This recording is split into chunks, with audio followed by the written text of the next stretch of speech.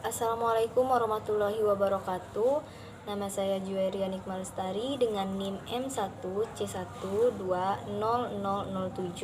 Kami menyampaikan tentang tugas agama yaitu 3 ayat pilihan tentang hukum, kedua orang tua, dan pendidikan.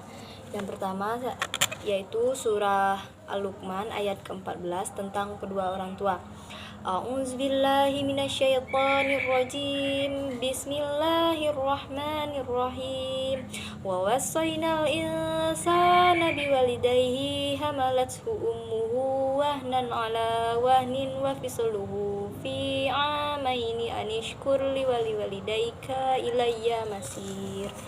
Artinya, dan kami perintahkan kepada manusia agar berbuat baik kepada kedua orang tuanya. Ibunya telah mengandungnya dalam keadaan lemah yang bertambah-tambah dan menyapihnya dalam usia 2 tahun. Bersyukurlah kepadaku dan kepada kedua orang tuamu, hanya kepada aku kembalimu.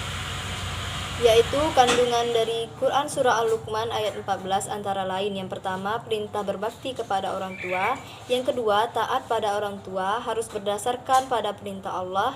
Yang ketiga, perintah banyak memberikan perhatian kepada ibu. Yang keempat, perjuangan seorang ibu. Yang kelima, perintah bersyukur. Dan yang terakhir yaitu pada akhirnya manusia akan kembali kepada sisi Allah Subhanahu wa taala.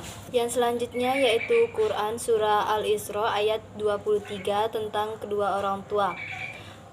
Bismillahirrahmanirrahim. Wa qada rabbuka alla ta'budu illa iyyahu wa bil walidaini ihsana imma yablughanna 'indakal kibara ahaduhuma aw kilahuma fala taqul lahumā uffan wala tanharhuma wa qul lahumā qawlan karīmā. Artinya, dan Tuhanmu telah memerintahkan agar kamu jangan menyembah selain Dia dan hendaklah berbuat baik kepada ibu bapa. Jika salah seorang di antara keduanya atau kedua-duanya sampai berusia lanjut dalam pemeliharaanmu, maka sekali-kali janganlah engkau mengatakan kepada keduanya perkataan dan janganlah engkau membentak keduanya, dan ucapkanlah kepada keduanya perkataan yang baik. Kandungan dari Quran surah Al-Isra ayat 23 antara lain. Yang pertama, tidak mempersekutukan Allah Subhanahu wa taala dengan sesembahan lainnya. Yang kedua, yaitu berbuat baik kepada kedua orang tua. Yang ketiga, merawat orang tua hingga usia lanjut.